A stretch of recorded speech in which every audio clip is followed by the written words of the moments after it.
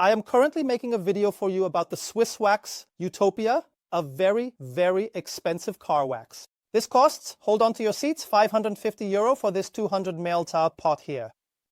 And while filming, I always do a bit of research on the products that I use and test here. I look at other tests, I look at forum posts, and one point that is not only relevant here, but generally, again and again, especially with the waxes from Swissvax, but generally when it comes to very expensive car waxes, there is always one argument that comes up. Yes, it costs a lot of money, but you also need very little product. This means that the argument here is, yes, it costs a bit of money, but because you need so little per application, it somewhat balances out. Does it really do that? Does it really relativize? And above all, are these waxes really more efficient in that sense? And do you need less than with other cheaper car waxes? I thought this could indeed be an exciting topic in general for this video, and that's why we will focus on this question in this video.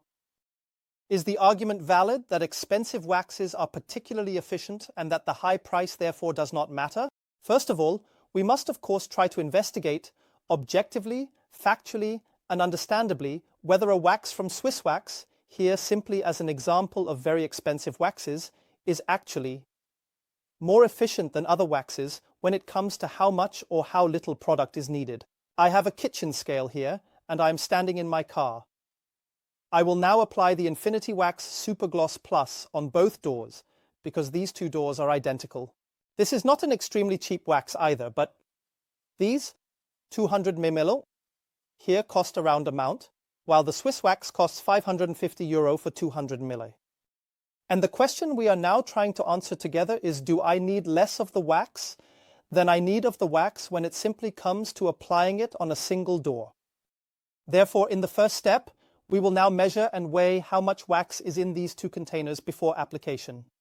We apply it here on the doors and then we measure again, and then we will know the actual consumption. So I have everything prepared here. We will first weigh the Swissvax. I'm doing this without the lid. You can see a little bit of what I have already used.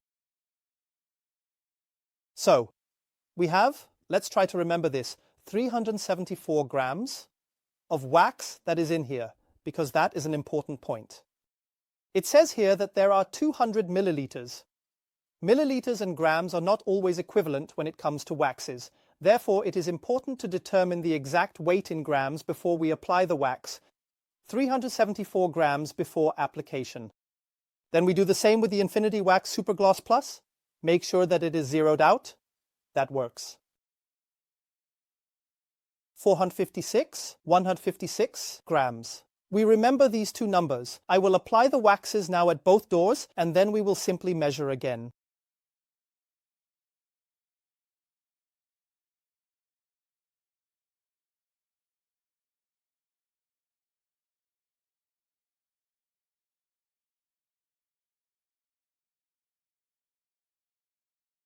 So you have seen I applied the waxes on both doors. I didn't consciously try to use extremely little wax. I did it the way you would do it. I went in here with the applicator. If I really saw that there was way too much on, I wiped it off again at the edge. And then I spread it out and went back in between. So it was a completely normal amount of wax in that sense. Now let's see how much is still left in the Swissvax pot after this application. As a reminder, we had 374 grams of wax. Let's check again. We'll turn it on and off once more, just to be sure. Yes, that is now -1. We will reset here again. 0. So we have used 1 to 2 grams of the wax here. Very good. Let's take it off again. Let's take another look to see if it is zeroed. It is from the Infinity Wax. We had previously 456, 156.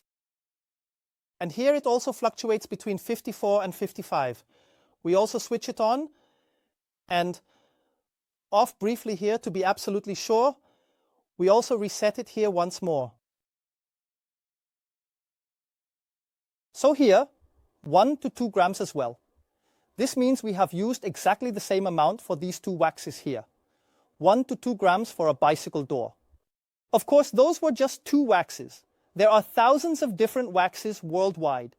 And yes, there are waxes that are so dry in their composition that you have to go back to them every now and then. And yes, there are times when you definitely use more, when you have to replenish the wax every now and then distribute it all. But we have now seen that if we use two, I'm going to stretch it a bit here, but say similar waxes, then we also need a similar amount. We have now used 1 to 2 grams here for the doors. If we scale this up to a whole car, the Mini is relatively small, so with a VW bus, you will consume more, and with a large station wagon, you will also consume more, while with a Smart, you will consume a little less. What does that mean? Generally, I would personally assume that we use, in the best case, 5 grams of wax for a whole car, and in the worst case, let's say 20 grams of wax. And in this regard, the argument for expensive waxes, which is often made that you need very little of them, is a bit ridiculous. But let's calculate it mathematically. As mentioned, 200 milliliters of this wax costs 550 euros. That means 20 milliliters divided by 10 would cost us 55 euros. 10 milliliters of wax would cost us about 27.50 euros, and 5 milliliters of wax would then cost us 13.75 euros according to simple arithmetic. With Infinity Wax, the math is a bit simpler. 200 milliliters of wax costs 50 euros. That means 20 ml of wax costs us 5 euros. Let's assume we are dealing with a mid-range car and estimate that we use about 10 ml of wax here. 10 milliliters of wax costs us 27.50 euros for the wax here at Swissvax Utopia. In order to reach 27.50 euros with this wax here, the Infinity Wax Super Gloss Plus, I need to use approximately 100 milliliters of wax. It's not exactly precise, but for simplicity, let's just round it off. And now ask yourselves, how incredibly stupid do I have to be to need 100 milliliters of wax instead of 10 milliliters? That's half a can of this stuff here. The half can. And if I now have a large car and say that we use 20 ml, so spending $55 for one application because it is so efficient here, then I would need more than this whole can. I would need to start this whole can and then a second one to spend the same amount of money as there. How realistic is that? How realistic is it that there is any wax out there that I could apply the whole can onto a car? Difficult, isn't it?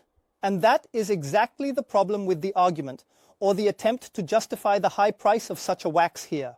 Because fundamentally, it is not a lie. We do not need this whole can here. In comparison to a ceramic coating, where we can easily use a 30 ml bottle for an entire car, and this 30 ml costs, depending on which ceramic you use, between 50 and several hundred euros. That is absolutely correct. That's true. It's not a lie. We usually need very, very little of a paste-like car wax. 5 to 20 grams or milliliters. As mentioned, that's not exactly the same, but we need 5 to 20 grams or milliliters from such a can. That's very little. But Swissvax or Simul or Michelin King or Definitive Wax or any other expensive waxes are not the only ones that can do this. And that is the problem with this argument. Because we have clearly seen I need the Infinity Wax Super Gloss Plus, which costs 50 euros for the whole can and not 550 euros, just as little wax. And unfortunately, that is often the problem when arguments are presented and attempts are made to justify why these waxes cost so much money. If we look at it really objectively and honestly, all these arguments can be immediately refuted. The low consumption, yes, that is an argument, but it applies to an inexpensive wax just the same. The supposedly high carnauba wax content in this is another very classic example of how an attempt is made to justify why these waxes are so expensive. It now states 55% carnauba. And what does 55% refer to? To the entire content that is in here. Or maybe just the wax content that is in here. That means here we have 55% carnauba and 45% let it be beeswax. This is yet another ridiculous argument because when you look at the prices for carnauba wax, even if it is the highest quality, bleached T1 carnauba wax from Brazil, you still cannot justify the high prices. Another argument that is often brought up is that it is handmade or hand-poured. Waxadic does this, ODK does this, and HP Source does this too, and they charge significantly less money than Swissvax does. That is the problem with these very, very expensive waxes. With objective, factual criteria, the high prices being charged here cannot be justified. It's not possible. And I mean, we haven't even talked about what the performance of these waxes is. How long do they last on the paint? What kind of hydrophobia do they create? What can be said in favor of Swissvax is that these waxes smell incredibly good. They are extremely easy and forgiving to use, and they usually produce a really nice finish and a beautiful paint gloss. All of this applies to many, many other waxes that cost significantly less money as well. And that is the problem. I don't want to stop any of you from buying such a wax if you really want it. That's how it is. But stop it. And this is really a call to the fanatic fans of Swissvax and other wax brands. Stop trying to justify that with anything. It doesn't work. Neither with low consumption, nor with a certain wax content, nor with simple processing. It doesn't work. These waxes are good, they work, but 550 euros for such a wax can is absolutely ridiculous in my view. That is not justifiable. Especially when I get waxes that can do exactly the same or even more. I will clearly show you in the upcoming video, like the Infinity Wax Super Gloss Plus, where I also get a very pleasantly scented wax for 50 euros. If the video was helpful, insightful, exciting, and interesting for you, we would be very happy if you could give us a thumbs up. Feel free to support the channel with a free subscription and tune in for the next video. Goodbye.